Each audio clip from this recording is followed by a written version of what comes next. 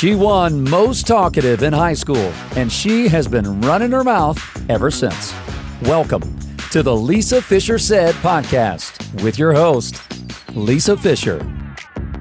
Okay, I love to talk, and I love to talk about things like Enneagram. In the early stages of the Lisa Fisher Said podcast, my best friend was our expert. Well, now we have a real life expert, and you're more than just an Enneagram coach. You do like spiritual things with people, spiritual director, and you have another fancy term. Oh, you're an author. Yes. But let's talk about your love for the Enneagram. When were you first introduced to it? I was introduced to the Enneagram 17 years ago, if you can believe it. It was thing 17 years ago? It was a thing 17 years ago. I had a 1-year-old who did not sleep for the first 10 months of his life, and I had a 3-year-old who stopped sleeping when the baby was born. Wow. So I was on 2 hours of sleep. I was a disaster, and I was not okay. So I went to a friend who's like a counselor, mentor, and I'm just telling her all my woes. And she said, "Oh, it's got to be so hard to be a 1." And I said, "A what?" And she said, "Well, you're obviously a 1 on the Enneagram." I had no idea what she was talking about, but she explained it to me. And I hadn't been sleeping, so it was normal, but I wept with relief that she had explained to me why things were so hard for me. I did not, just that I needed it to go well, and it wasn't going well. And for a year, it hadn't gone well with that baby. I thought, no wonder. So I started reading it. I had this group of friends. We all had small children. We would get together over wine and read each other chapters, like each type. Like and love letters. It's almost you were wooing one another with their type. Yes. And we were just saying, "Oh, I connect to this. I don't resonate with this, but this is clearly me." And oh my gosh. And then we kind of came up with these little phrases that we would say to each other when we would do something very type specific that wasn't helpful, And we would say, "Oh, there you are. There you are." Yeah. And it just, from there, I've just been learning. I've done conferences and workshops, and then I got trained a few years ago so I could coach people. That's awesome. Okay, someone listening right now, they just found this podcast because they hashtagged Enneagram, and what does it all mean? So let's just, from the beginning, what is the genesis of the Enneagram? I think it had spiritual, or I know the Christian community used it a lot. Yes. And now I know the secular world does, but kind of tell me what you think the Enneagram, or how you could explain it. This is the part I'm not qualified to do. And this is honestly the part that doesn't interest me. And people fight about this part. They fight about who started it, who was the originators. And if you Google history of the Enneagram, you would get better information than from me. But what I can tell you is that we're here because this is a free lesson from you. Exactly. So what happened is it got into the hands of a lot of spiritual directors and people for the last 100 years who counsel people in their walks of faith. And interestingly, the Enneagram was always meant to be an oral tradition. It wasn't meant to be learned through books or through an app or through a podcast. It was actually meant to be something you talked through with somebody, and you said, "Here's who I am, here's what this is," and you would have someone leading you and guiding you. And so I think that's the genesis of it, is people who were mentoring people and walking side by side with people, were talking to them about their motivations, their pitfalls, where they got stuck, what things they were frustrated by, and there were patterns to it. And that's really why the Enneagram is so useful, is it just shows you these 9 patterns, these ways of seeing, these ways of understanding. And I think over time, there's been all kinds of people that have found connections, and I think there's real obvious connections to the Christian tradition, and it's a helpful tool. I tell everyone, if you don't like it, it's fine. You do you. Like, if this is a tool that helps you grow and as a person in your faith, use it. If you don't like it, it's not the end all be all of anything. But there is nothing that has given me more compassion for myself, for other people, and I don't know how I would parent particularly without it. That's interesting. But wouldn't you say, though, or I say this, and I'm a novice, but it's not a personality profile, I say. No. It's more based on maybe what our fears are. And I might be oversimplifying that, but how is that anywhere close to a target? Yes, I love it. It's And actually what's interesting is when I come across resources or books or an app that'll have you decide what you are, try to identify you, I will get frustrated sometimes by characteristics that are assigned to each type, as though that is supposed to tell you that. So if I'm a 1, I'm supposed to be really good at gardening. Well, I'm terrible at it. I didn't know that. I've read so many books that say 1s love to garden. I kill everything that moves, like outside. And so there's no hope for me as a gardener. And so if that's a 1, I'm in trouble. Or they'll say 1s, have meticulous cars. Their cars are never dirty. Well, my car is the one thing I let get dirty. So I don't like attributes like that put to types. What it really is what you said. It's your motivations. It's your fears. It's your desires. It's what you love. It's what, that's really what defines a person. So you can be, a 1 like me and be messy, but if your core fear is being wrong, then you're a 1. It doesn't matter how you act in the world. And you can be a 7. You can be a 7 and not love to party, but if your core fear is you want to avoid pain or boredom, you're a 7. It's just what it is. So it doesn't matter how you act in the world. It's that core fear. Okay. Well, we're about 6 minutes into this, and I think we can knock them all out within an hour because it is so complex. And first, let's talk about, because all the information we talk about with Katie today will be in the show notes. But what's your best go-to app that you tell people so we can get that out of the way?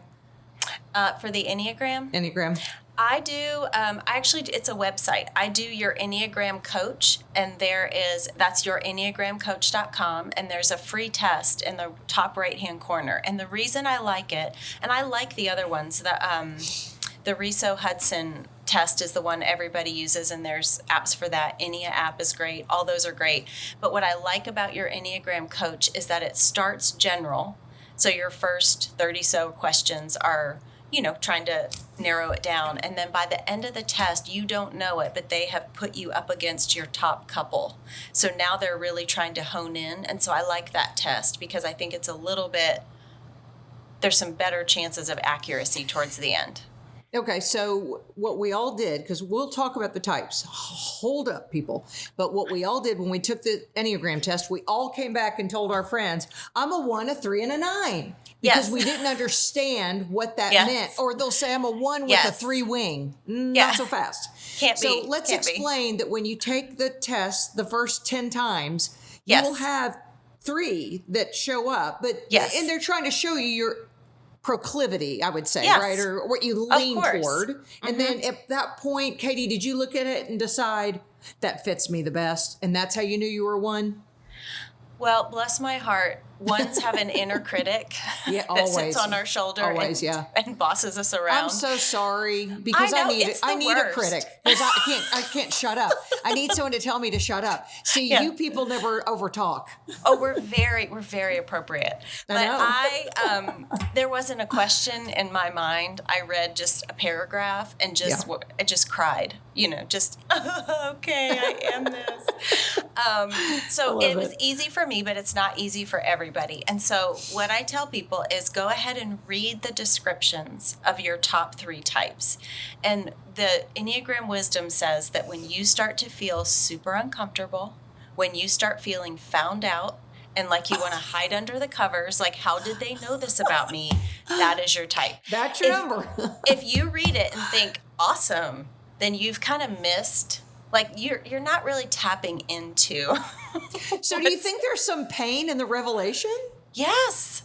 I think there has to be some time for acceptance. Now, it's the mirror image that kind of tells us who we are and looks at us and we're like, I've been hiding from you for all, your stuff. Okay. They don't want to be found out. Now, I will say like 3s and 7s and 8s, which incidentally are all they're all a part of the same stance, which is called the assertive stance. They tend to like themselves right off the bat. They're like, this is awesome. I am awesome. I don't want to be anything else. My husband says all the time, he's an 8 with a 7 wing. He goes, God should have made us all this way. That's right. What's wrong with an 8 with a 7 wing? No, and then bless us 1s, 2s, and 6s who are all part of the dependent stance. We're all a mess. We're all like, I don't want to be a 1 or a 2 or a 6. We cry about it. And then the 4s, 5s, and 9s are like, I don't know. I mean, does it matter? They're all the withdrawers. They're like, I can't. I don't know.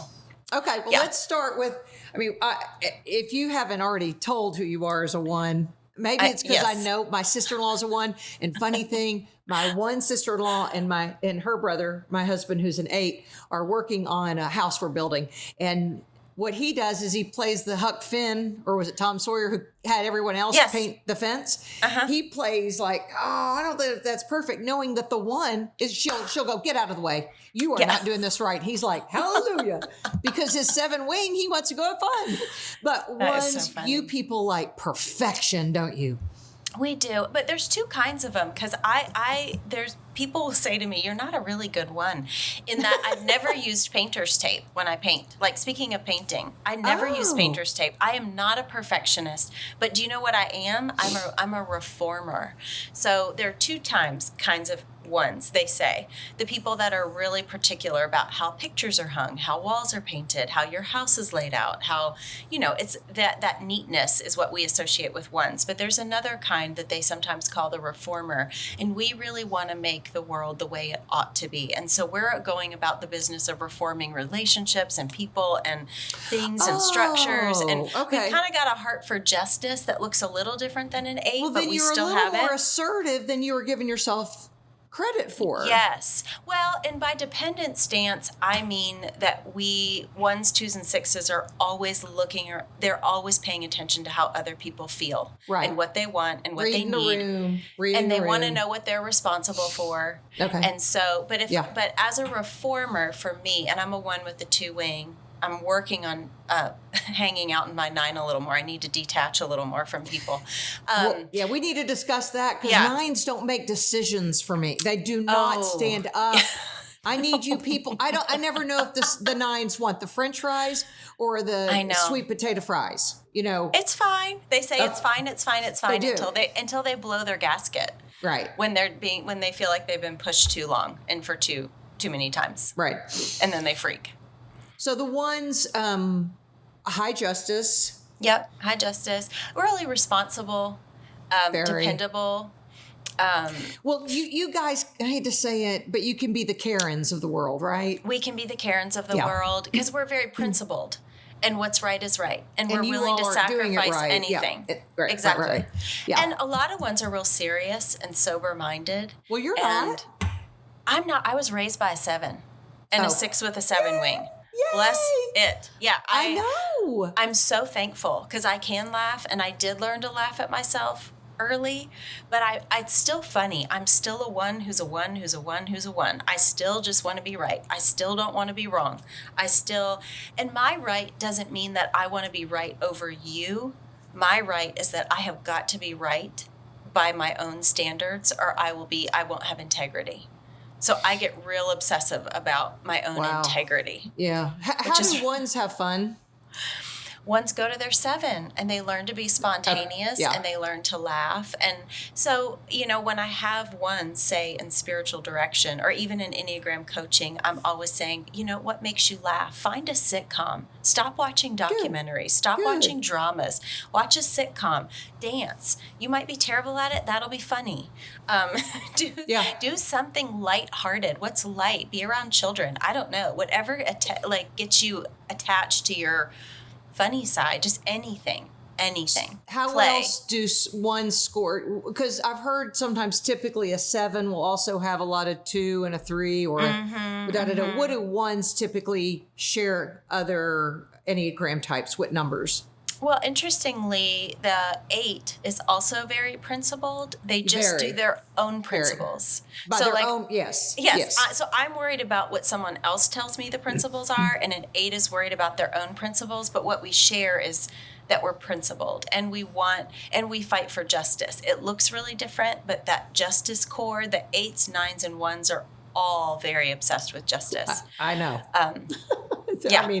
I know. Yeah. We've called my husband this consumer safety product commissioner because he told me today, I'm a grandmother. I've raised 3 children. I have 2 grandchildren. He told me he doesn't know if I can go to so-and-so's house to swim with the grandkids because it's over 3 feet. And the granddaughter I was like, I'm going to be there. And he went, well, that's what I'm afraid of, Yes. Because, Yes. 7s might be a little, whoop. Yeah, chatty. Yeah, chatty. Thank you. But the 8, he always has to tell me how everything from how you close the drawer to how you drive the car to all the things. So yeah, and it's all very protective. It's all very protective. Absolutely. There's that protective instinct in there. Yes. You have to learn to respect that as a spouse or a child or probably even a parent. So that you don't, because 7s, we really are here for the free Chick-fil-A and whatever booze you have, Yeah. So it's hard. Okay. So those are ones very principled, not always necessarily neat and tidy. But not always, but most are. Principle. I mean, my house is always picked up. It's just not always spotless. It's not always clean. Understand. Yeah. Okay, so the 2, that's what your wing is, you're saying? Yes. And that's the helper. But tell me about how the helper is defined in the Enneagram. Well, I would say that 2s define themselves by who they're with, who they're connected to. But that matters to them the most. And they'll say about a 2 that 2s spend 80% of their thoughts thinking about their relationships. So relationships are paramount. And because what they really want is to be loved. They just want to be loved and wanted. And so they do things for people. That's how they learned to get what they needed, which was love. And so they are very helpful. So obviously there can be great positives to that. Helpers, we love helpers. We love people who help. But the dark side of that is that they can ingratiate themselves into people's lives. They can try to make themselves indispensable. They can be needy and it can be manipulative. Demanding. It can be manipulative. So but the 2s generally are the people that you confide in. They're the warm huggers, that people you just feel comfortable opening up to, people you enjoy being around. I mean, I always say that churches wouldn't function without 1s, 2s, and 6s because they're all worried about other people all the time. It's the Marthas and the Marys. And, yes. All the people that kind of are the backbone of the church. Okay, so here's a question, because you mentioned something about maybe the past of the 2. So is it nurture or nature that defines our trajectory with the Enneagram? Is it who raised us or who birthed us? So typical Enneagram wisdom, this is a consensus. It's not everybody. The consensus would say that you are born your type and you stay your type forever. But what they do say is that it's a little bit of nurture and mostly nature, but your environment does kind of dictate then how you see the world. And your type, though, they actually talk about the Enneagram as perhaps 9 ways that people coped with the fall. And so if you were a 2, you coped with all of the hatred or the people not being together as being someone that focused on love. Oh, and I was thinking you all took all the big fig leaves and sewed skirts for the women and loincloths for the men. Because you guys are 2s, true 2s. Yes, and I know that's your wing, but they get things done. My mom friend with 8 kids, she's a 2. Yes. So a lot of moms are 2s. That's why I was wondering, there was a maternal phase for me when I was homeschooling my children. Yes. And we had people over all the time. I had dinner parties. I had people all the time. Yes. I had some kind of 2 showing because things had to get done around here. Because my 8 was bossing everybody around. Yes. And I've talked to a lot of people who were born and raised in the church, who are women, who are mothers, and almost there's a contingency of them that always test as a 2, even though they're not a 2. Because in some ways we've all been kind of trained to be a 2. If you're a Christian woman, family woman. Especially in the South. Come on. Especially in the South. Bless our hearts. So we were all trained to be a 2. And I will say about a 2 and an 8, 2s are generally thought of as women. And so it is an interesting thing to be a male 2. And it does show up a little differently. Same for an 8. We think of 8s as male. And when you're a female 8, that shows up a little differently. And there's some definite gender issues with an 8 and a 2 because of the stereotypes we've put on an 8 and a 2. But do you know how much I love my 8 friends who are girls, women, who lead companies, who run for office, who own studio? I mean, because I'm attracted to that. 7s, and I'm married to an 8. So I look at that. I love that type of personality. Yes. But they've all said, do you know how hard it is? Yes.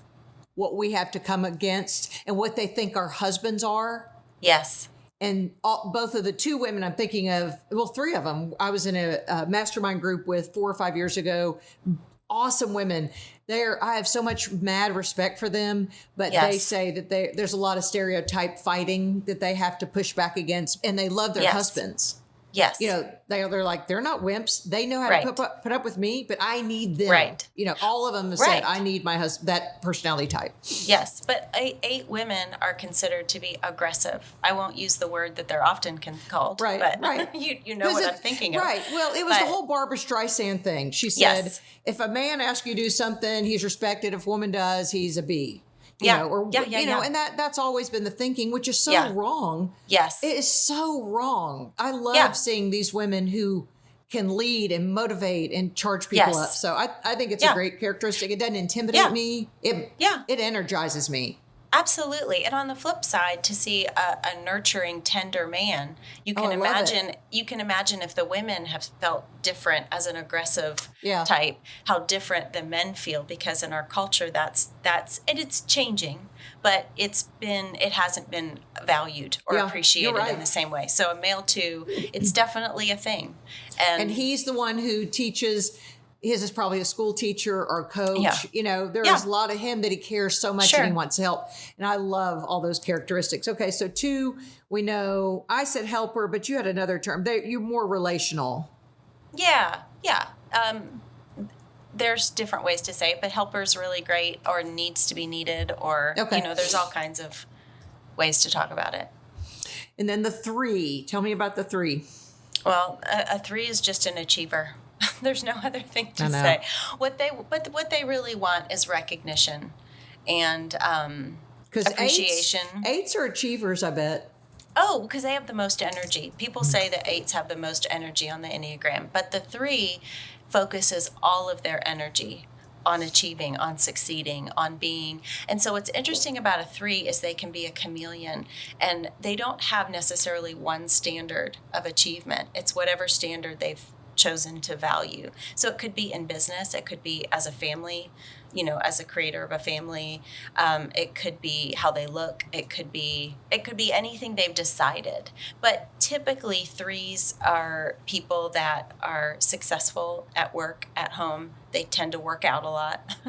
I think 3 men have a uniform, and I can kind of pick them out when I see them. And in business conferences, I'll be like 3, 3, 3, based on what they're wearing, because they all kind of look alike. But that's really unfair and a giant sweeping generalization. But this is fun. We're having fun. It is. Yeah. If anyone gets offended, take your one self and get rehabilitated. But the rest of us, we're just having fun here. And that's all it is. It's just kind of, and part of the Enneagram is immediate judgment that you have on that number. Yes.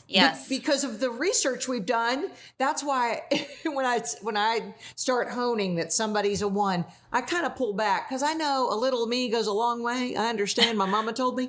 So, and I know 1 sometimes are going, whoa, you've broken too many unwritten rules, too many codes here. Yeah. And so, and I do that not as a judgment to them, but as to a, like the FBI has profilers. It's just a profiling tactic you have to understand that's not the best tactic for that person. So helpful. Well, and on the back end of my 40s, I hope that we can all grow a little softer around the edges and be a little less offended by most things. Girl. But I mean, the world, it's the opposite. The world is going the other way. It is. But I'm really working on going the other way. So I think with a 3, the thing that I love about them is they do tend to be connectors, and they tend to be people that can look around and see a lot about other people, and they can synthesize a lot of people, which that's their gift. The bummer about that is that they really struggle to know themselves, and they just perform. They want to be 8s. My 3 friends all take it and go, are you sure I'm not an 8? Like, we'll go back over it and I'll go, no, you're 3. Because you know why? You have all those accolades on your wall. You know, they have all their awards on their wall. Yeah. They want to tell everybody. They want to get to the next thing. I go, that's why you're a 3 and not an 8. And I may be, again, that may be incorrect, but it's always funny. And they get their feelings hurt. 8s, not that 8s don't get their feelings hurt. No, 8s don't get their feelings hurt. But 3s get their feelings hurt. Okay. And that's why they want to be an 8. They want to achieve and they want to use all their energy for that and not get their feelings hurt. Because 3s are in the feeling triad. But the hard part is they don't often know their own feelings. They use other feelings to succeed. But they struggle to find their own. And feelings are not helpful in helping them achieve. So they ignore them a lot. But I think that they still have them. And so that energy towards success and doing would feel so much better to them if they were considered an 8. What's in the feelings triad again? 2s, 3s, and 4s. Okay. Yeah. Okay, so we've done a 2, a 3, achiever, recognition. I mean, it's a real, I say this, maybe, I don't know if this is how it should be said. An unhealthy 3 really wants a recognition. A healthy 3 is satisfied with his or her own accomplishments and really doesn't need the big pat on the back. Unless they want somebody to go, gotcha, did a great job. Yes. But they don't need the world to stop. Unhealthy 3s need the world to stop. Yes.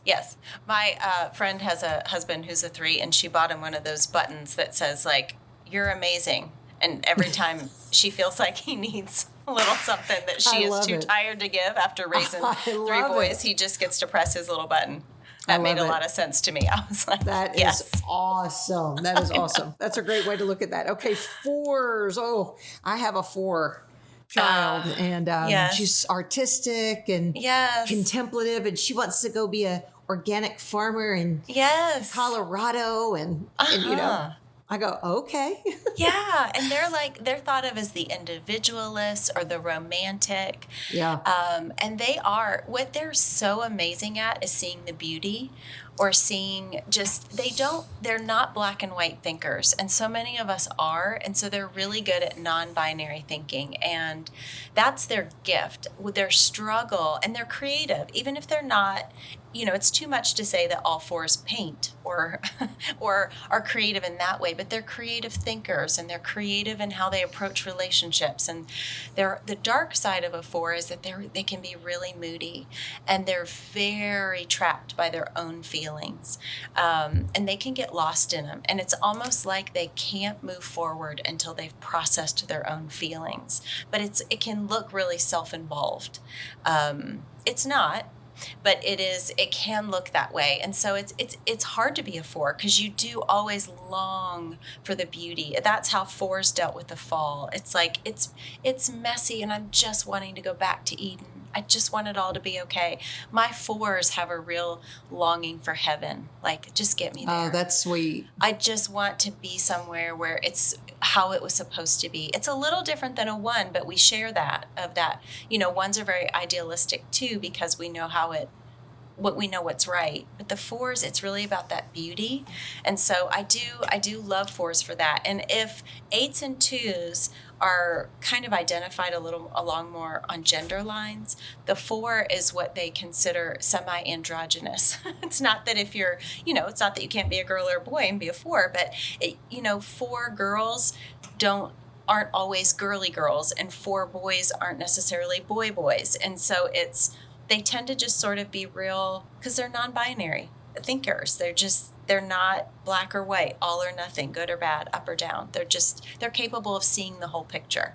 Well, I'm telling you about my daughter who wants to move to the and seriously, moving to Arizona or Montana, she can't decide, because she's in Dallas. She goes, and she's a model working there. She has been for years. But she told me last week, I can't live in this concrete jungle. I make her sound like a Valley girl. She's not, or a Kardashian. She's not inept. She has her own company. She's health coaching school. But now I understand. You're making me see that she truly is visual. She just got back from microbiome camp in the Redwoods, where she worked on her microbiome for 4 days and meditated out in the Redwoods. That is her dream. My dream is to shop at a Nordstrom 24/7, and hers is to live out in an orange field and count leaves. Because you want all the distraction. You like the lights, the people, the noise. Most fours are withdrawers, and they're really content in their own mind. I have a friend who is a four who I adore, and I'll be talking to her, and she'll say, wait, go back. I just got lost in my fantasy world. I just had this whole picture of what I want to do and where I want to go.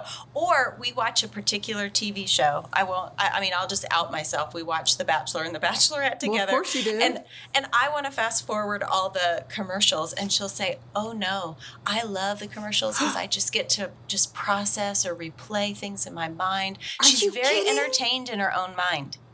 Because they're so creative in their own mind. They're never bored. Elaborate fantasy worlds of who they're supposed to be, who they want to be, what the world could be. But they don't do a lot about it. That's their struggle. They dream a lot about it. But unless they've got a real active 3-wing, fours can struggle. If they have a 5-wing, it's trouble there.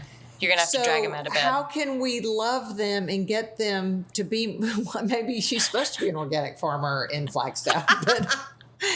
As a parent, I want, and again, there's nothing wrong with that. We're just having fun here. But I'm saying, how can we love our fours who are such butterflies?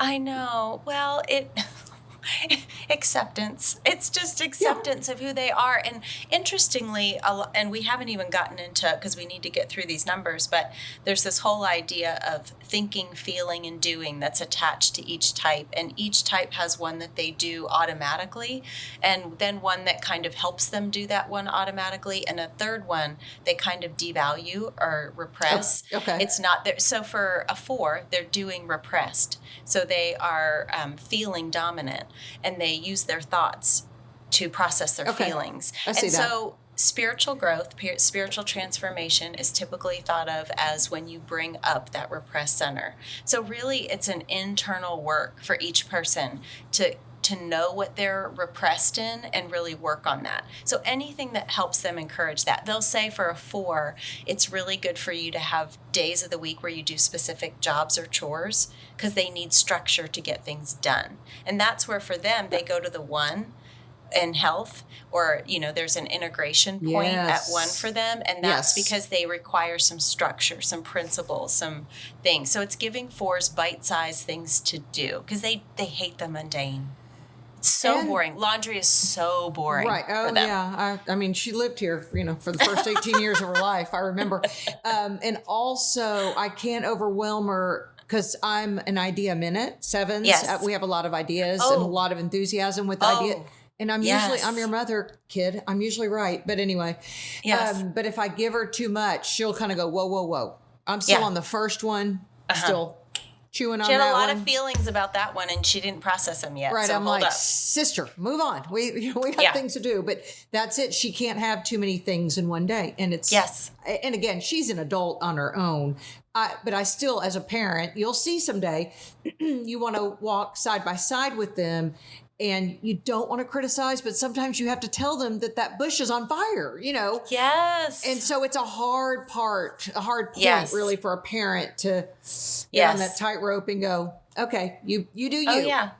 Mine are almost 18 and 20. It's painful. Are they both boys? Yes, both boys. I hate to tell you, they're still stupid. Until they're 25. Their prefrontal cortex hasn't even developed. My son just turned 26 last week, and we are enjoying life with an adult. Not that he lives here either, but when we talk to him, but it's the same thing. Yes. It's just watching them going and remembering that God had a big net under us. Yes. And we forget because we think we're the only masters with the puppet strings. Yes. That's God. Yes. He has a lot to do with it. So you just have to sit back. Sometimes my husband, an 8, will say, well, they need to be doing so-and-so. And I go, I wonder what our parents thought when we did thus and so at that age. And he's like, yeah. Well, and I always say to people that my gift was not being raised in a really... I was raised going to church twice a year, but I wasn't raised in CEO? Is that CEO, Christmas and Easter only? Yeah. Yes, absolutely. And so I really chose faith for myself at 17. But what that taught me as I'm raising these kids is that, if I could muck about and do whatever and God found me, then He will find my children. Right. And so it's funny. I watch my friends who were raised more in church 4 times a week. They're so much more anxious about their kids. I think because it was just always a given, and I just didn't have that. And so I just assume that my kids are going to kind of flail about until God calls them Train home. up a child in the way he should go, and when he's old, he will not depart from it. That's what every parent is praying as they're dropping their kid off on a SCC college campus. Yes. Bless. Yeah, Yes. take a big breath. Honey, LSU. We survived LSU and Arkansas and TCU. TCU is a little more tame, but it's a little more tame in its approach. Okay. A little shorter leash, but those other schools, and they're all fine. I mean, and again, it's part of growing up too. Yeah. We want them fine-ish. Fine-ish, as long as they're fine-ish. Right. Good. Okay, so let's get on to the 5s. Are those the researchers? Yes, they're kind of considered the observers. Okay. Or they're people that can stand back and be detached from the emotion or the intensity of a situation, and they just can watch people. So they're like, people have used the example of Solomon when they brought to him I forget, was it the child? Are you going to cut him in half? I'm always quoting scripture and not knowing where it is. Well, it's a real bad habit as a spiritual director. Sometimes I get the wrong parts confused. So I'm getting it all confused, but you know what I'm saying. Mm. They're great at impartial. They're good mediators. They can kind of see. They stand back and they can take in. They tend to be people who either love to read, well, is that obsessively Daniel listen to then podcasts. to Nebuchadnezzar? Now I'm thinking of other examples to petition the king. So, The 5, I'm sure I butchered that story. No. I just went to another one. So, but the 5 is the one who can say, these are the facts. Yes. What you got. Okay. Yeah. And so they are, they're consumer reports. They kind of know a lot about everything, and they're very, very interior. They're very interior. Their mental life is almost more real to them than actual life, which is the dark side of a 5. So the dark side of a 5 is that they hoard their energy, their emotions, their words to themselves because they're so afraid of running out of energy. If 8s have the most energy on the Enneagram, the 5s have the least. People talk about, if you think about a 5 like an old iPhone that runs out of battery by 11 a.m., that's a 5. They just go so quickly, and so they hoard. They hoard their energy. They hoard their information because they just need a lot of time by themselves and to recharge. So they're introverts. Almost exclusively. Yeah. Our 4s, I guess, as individualists, they would be introverts too.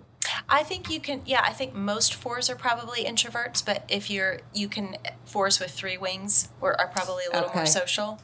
Yeah. That's called an ambivert, meaning you swing both ways. Yes. You're an introvert with extrovert tendencies, or an extrovert with introvert tendencies. Just because my kids took the Ames test in Dallas, it's like the Johnson O'Connor, and that was defined to me because I clearly am a high extrovert. Yes. And my husband is probably an ambivert, but I have a couple of children who a little of each. And as an extrovert, I can respect. I get it. I'm like, oh, I don't know what it means to want time alone, but you do you. That's what you want. That's great. Yes. I need time alone at the end of the day or as I start my day because I'm mostly an extrovert, but people who want all day by themselves, I don't get that. Yeah. And I want all day with other people. Yes. Like after the party, I ask, now who can come over? My family's going, we're done. We're done. Okay, so the observer, the 5s, are they kind of critical then? Are they judgy? Cynical might be a better word. That's it. Mm-hmm. It's cynical because they're in that 5, 6, 7 triad of the thinkers. Okay. And they just they don't trust things unless they know everything about it. The way they understand the world is by knowing it and getting information about it. So researching. Yes. Yeah. They just want to know more. And the more they understand, the more they'll trust. But they tend to be cynical and mistrusting of a lot. Well, some of us sevens, I feel like sometimes are big researchers. So do we sometimes show a 5? Do you have a 5 tendency? You have a 5 arrow. One of your arrows is to a 5. And it's actually one way that grounds you as a 7, because you've already mentioned it, that just constant pinging of ideas that run off in 10 different directions.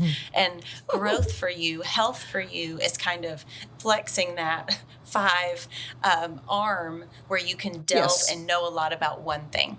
Yes. Or a few things. Yes. So yes, that's a good sign. It's a good sign for a 7.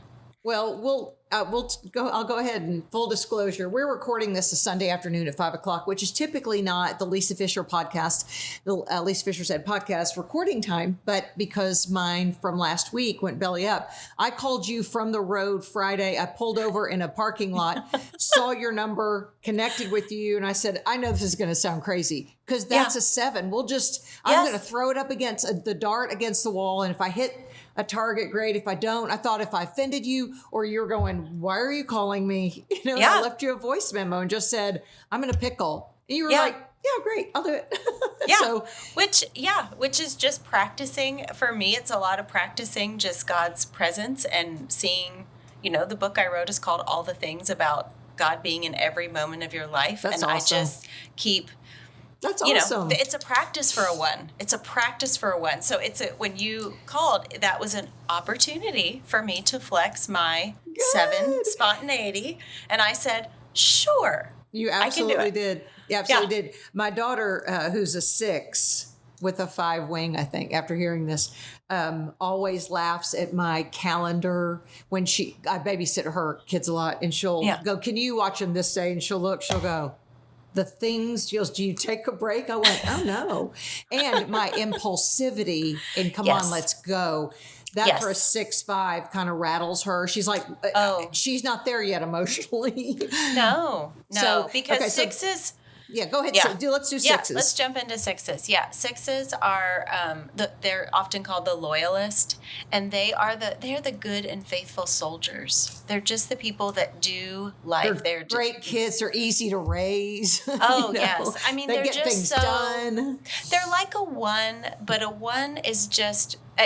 1s are principled for themselves, and 6s are always about the greater good. The 6s see everything as a group, which is their downfall, because there can be groupthink, and they can kind of be paralyzed to know what to do for themselves. They want someone in authority to tell them what to do. Right. Their struggle in life is always going to be to discern their own interior world and trust God's Spirit in them. But the good part about it is that they just see that they work towards the common good. Now, often they do that out of fear. So part of what's hard for a 6 is they're always 10 steps ahead in their mind at all the contingencies. What could go wrong? What do they need? I tease and say that a lot of 6s carry the giant purses because there will always be a snack, always water, always a Band-Aid, always a breath mint, always, Never ill-prepared. Never ill-prepared. They're just always ahead of you. So their diaper bags are just stellar. Their purses are stocked. If you need anything, go ask a 6. And then 6s will never run out of food because heavens, they just are always going to feed an army. And then their text, you'll have to tell me if this is true of your daughter. I have a 6 sister. And when I'm making plans with my 6, I'm real, okay, I'll meet you at 10. And then I get this long of a text back, 20 lines of, okay, well, I'll meet you there because I'm going to do this first, this first, this first, this first. And she's just thinking it all through to make sure it's all going to go well. Well, the other thing my daughter does, I'll say, because I'm an idea person, the thing about 6s, so I express the idea, why don't we do so-and-so? She'll go, Mom, do you not think I've already thought of that? And I've played the entire scenario through, and I'm like, I go, once in a while, your mother has a zinger.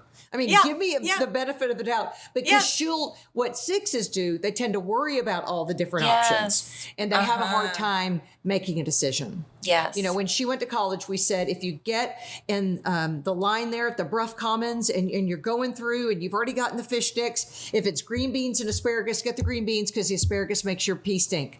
Okay, go on. Because otherwise she could sit there and go, I can't decide. I know. And so again, that journey to knowing yourself for a 6 is so important, because that's where they're going to learn how to make decisions on their own and trust their own intuition. And here's what I do love about sixes is once they get that, they are just solid decision makers. And they just have a good arrow. They know where to go. They know what to do, and you can trust it. And they then become really good at trusting their intuition. If they can get over that hurdle of needing other people's counsel for everything they do, they can really become courageous decision makers.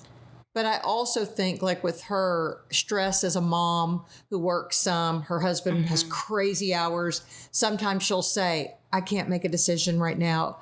And she'll just say, give me just a minute. Knowing that I know she's very capable, but under a lot of stress, which is a lot of activity, a lot of coming and going.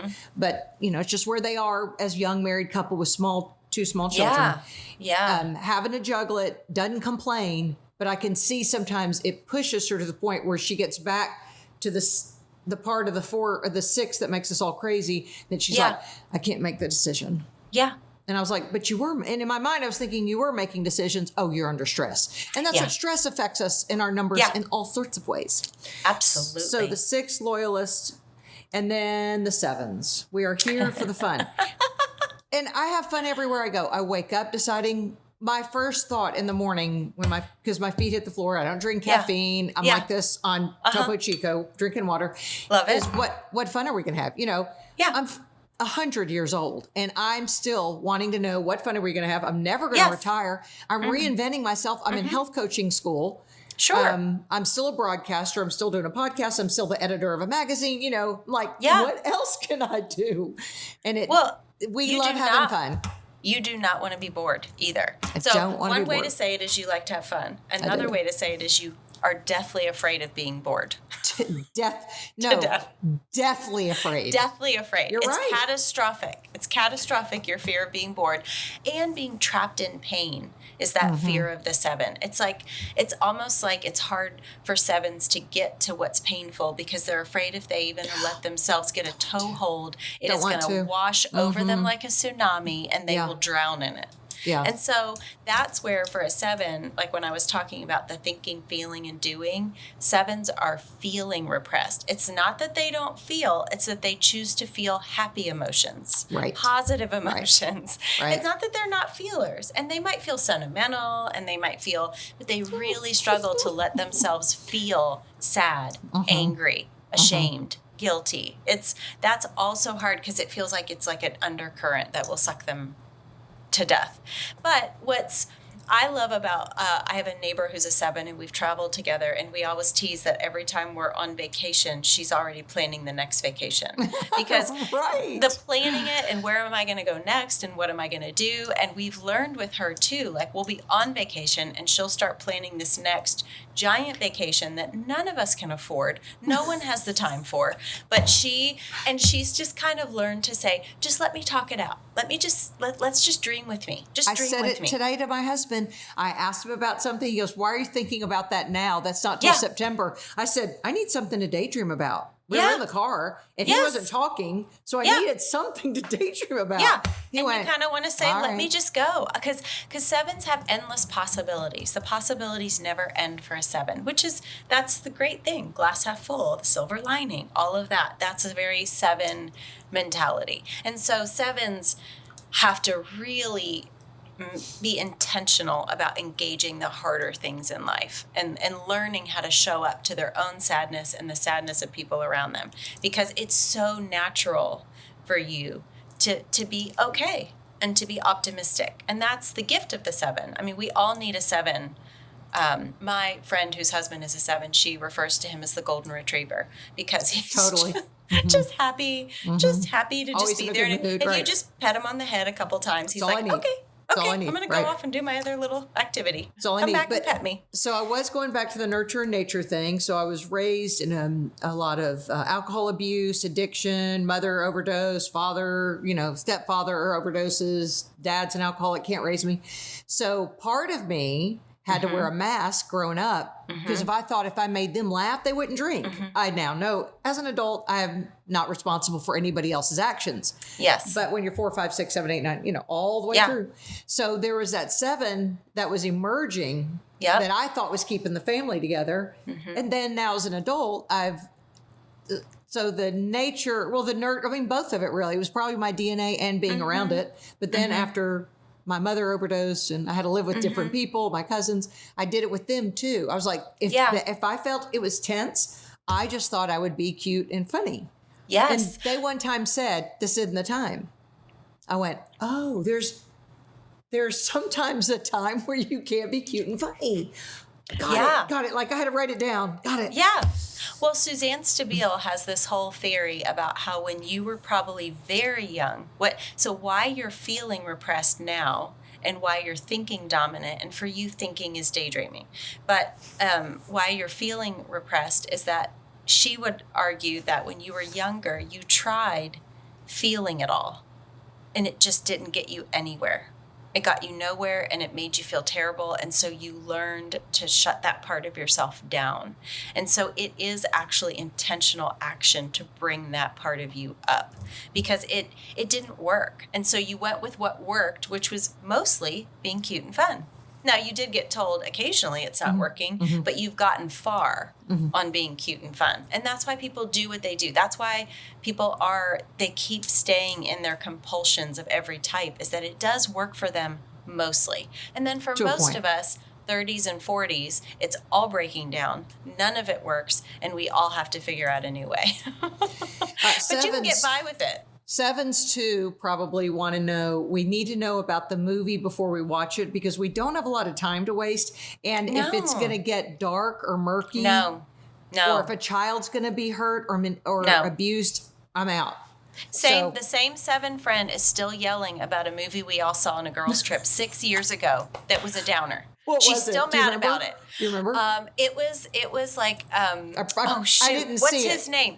What's his name? Richard Pattinson's. After his Twilight movies, it was like one of his movies, and it was a stinker. See, it was terrible, and she was so mad about it. You are dead to her.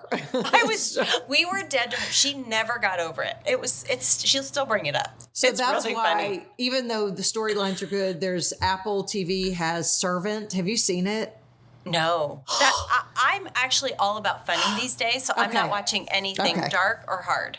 It's dark and hard.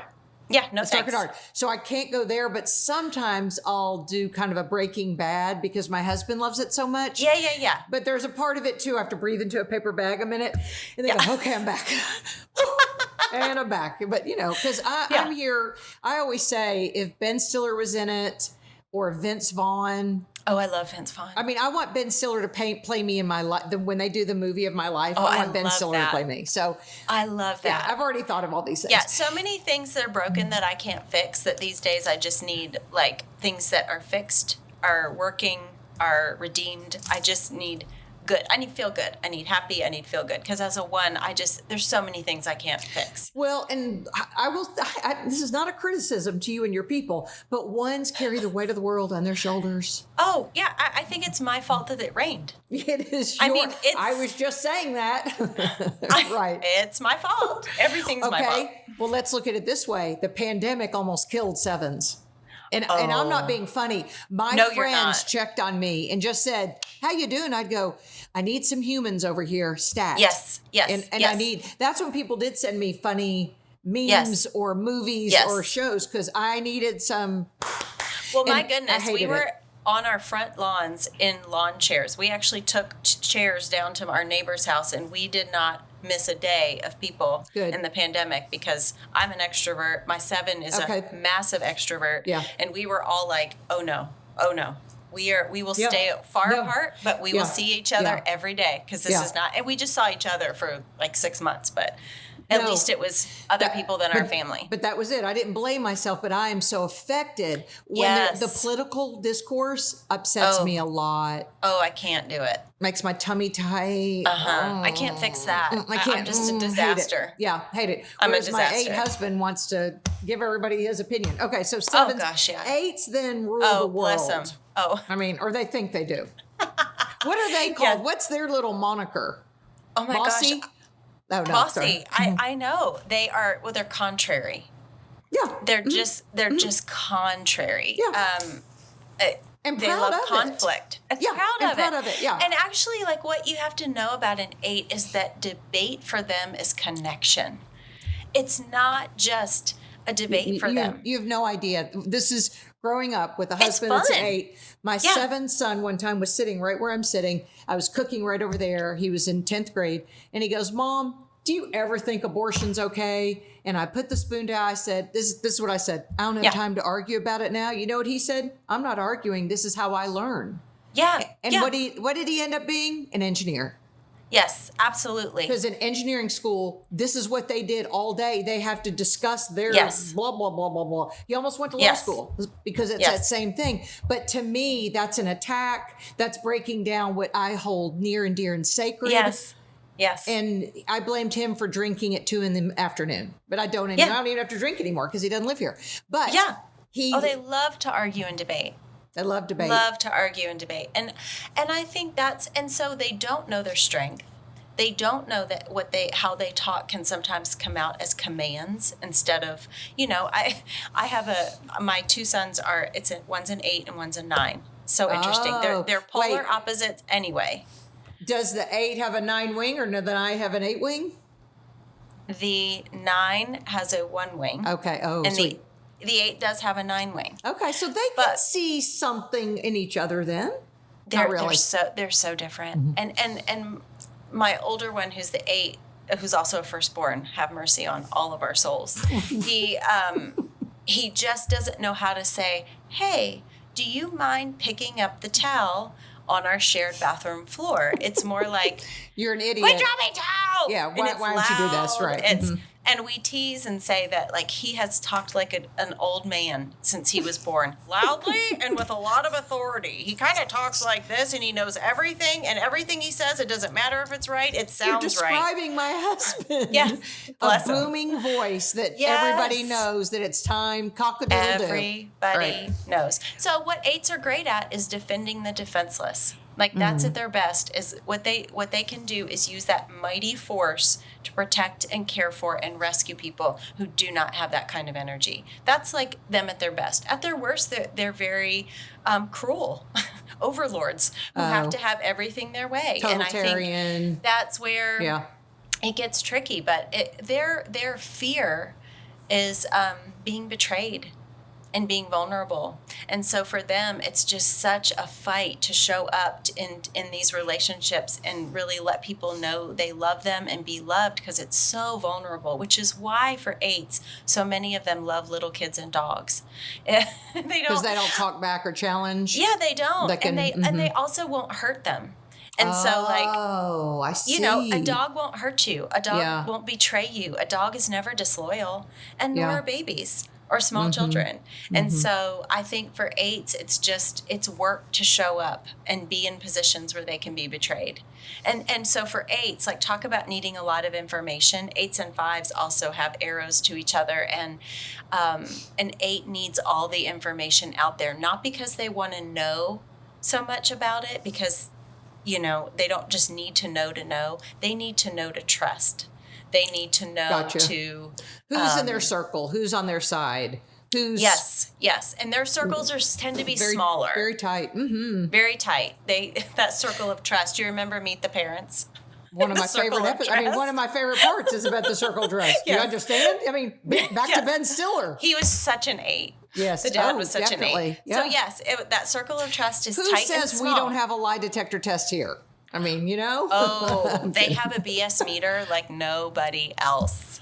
I mean, truly. My husband can read anybody, and he's right. Because they're led by their guts. They're instinctual. I get a little distracted, and I like shiny things. So I sometimes, my picker. Yeah. Not long term, because I have the Holy Spirit, but I'm saying my picker, prima facie, which is Latin for on the surface there, can be broken. But my son at a very early age would be like, that's not a good person. And he was right. Now, my 6 has a lot of that. She has a lot of discernment. Yeah. She's sensible.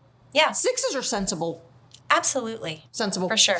Yeah. Okay, so that's the 8s, and then the 9s. Let's just all hold hands and sing Kumbaya, my Lord. Kumbaya. I know. I mean, they just want everyone to get along, don't they? They're so capable of seeing the connections.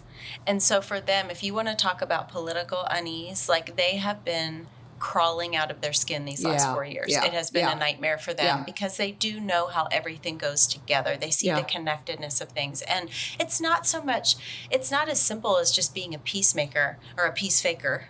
It's more that it's really that they see how it's all supposed to go. And they do have these serene, calm souls. So I have this, I had this loud, wild 8 as a child, and I would call my friend who has a 9 for a kid, and I would say, could you please give me him for the day? Like, I've got to take my ears need a rest, my challenge down. Needs a rest. Yeah, I can see that. And there was something about this friend that calmed the 8. And 9s tend to be people that calm you. You like being around them. They're easy, but you can also forget that they're there. You can just not even notice that they're there. Didn't you say your son, though, was an 8 with a 9 wing?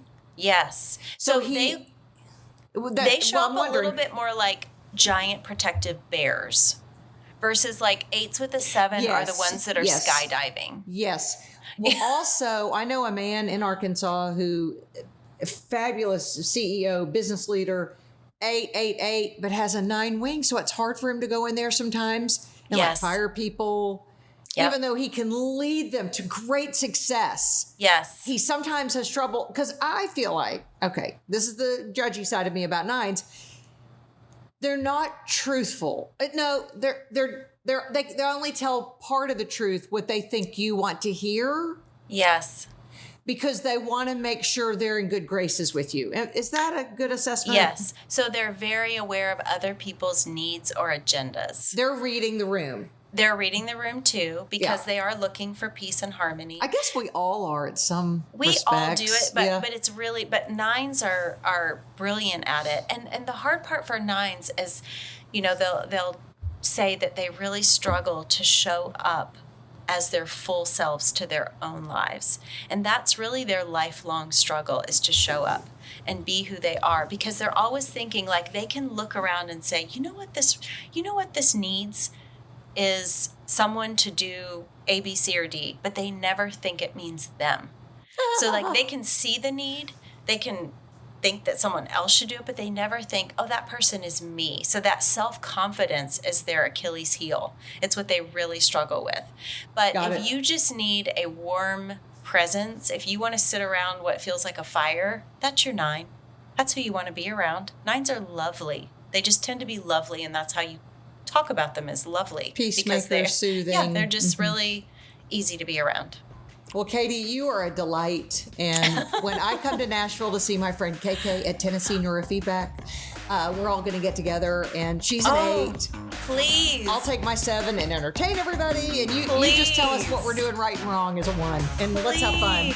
Oh, thank you so much for making this work. It's been so much fun. You're great. You're a pro.